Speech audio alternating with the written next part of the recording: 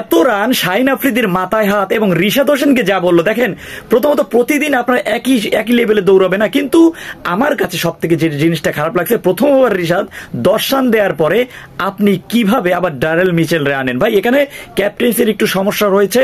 So প্রথমত এই ম্যাচে যে পরিমাণ রান হয়েছে, হিউজ পরিমাণে রান হয়েছে ভাই, 200+ স্কোর, মানে বুঝতে হবে আপনার পিচটা কেমন ছিল। সো এমত অবস্থায় আপনার রিশাদ হোসেন প্রথম 2 ওভারে দিছে মাত্র 22 রান, যেখানে কিনা আপনার রান রেট চলতেছে প্রায় 13 থেকে 14 রান করে, সেখানে রিশাদ দেয় 11 রান করে। তারপরও আমি রিশাদকে ক্রেডিট দিব, কারণ এই ধরনের পিচ, ছোট মাঠ, সবকিছু মিলিয়ে এই এত ছোট পিচে যে ধরনের একটা লেগ স্পিনারের জন্য হুমকির মধ্যে, যেমন রিজওয়ান এবং ভালো শুরু করছিলেন ওপেনিং পার্টনার, তারপর একটা ফিনিশিং দিচ্ছে, সেখানে রিশাদ হোসেন যেভাবে কন্ট্রিবিউট করছে টিমের জন্য সেটা অবশ্যই প্রত্যাশিত।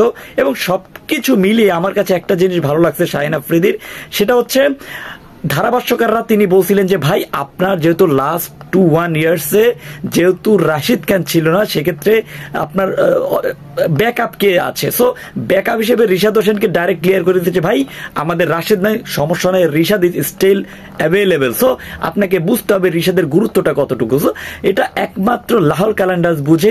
আজকের ম্যাচের রেজাল্টের কথা আমি বলবো না, কারণ আজকে হিউজ পরিমাণে রান হয়েছে এবং সব থেকে নির্ভরযোগ্য একটা কথা হচ্ছে, যেহেতু ডারেল মিচেলকে আনছিল, তারপরে আমার কাছে মনে হয়েছে যে না, রিশাদকে একটা ট্রাস্টেড হিসেবে ওখানে রেখে দিয়েছিল শাহিন আফ্রিদি। তো শাহিন আফ্রিদির কলা কৌশল নিয়ে আমি আসলেই, এখানে ক্যাপ্টেন্সির অনেক দায়িত্ব রয়েছে, যেহেতু ফাস্ট বলাররা হারিস রব বলেন, শাহিন আফ্রিদি বলেন, সবাই এক লাগাতার মায়ের খাচ্ছিল, তারপরেও মোটামুটি একটা যে রান হয়েছে সে রান চেস করা আমার মতে একটু ডিফিকাল্ট হয়েছিল, কিন্তু এই রান আসলে চেস করাটা মানে কি বলবো, এর আসলে রেকর্ড ব্রেকিং একটা স্কোর করছে।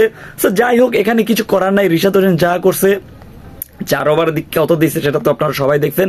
আপনার কাছে রিশাদের পারফরমেন্সটি পার্সোনালি ভাবে কেমন লাগছে একটু কমেন্ট করে জানাই দেন তো। ধন্যবাদ।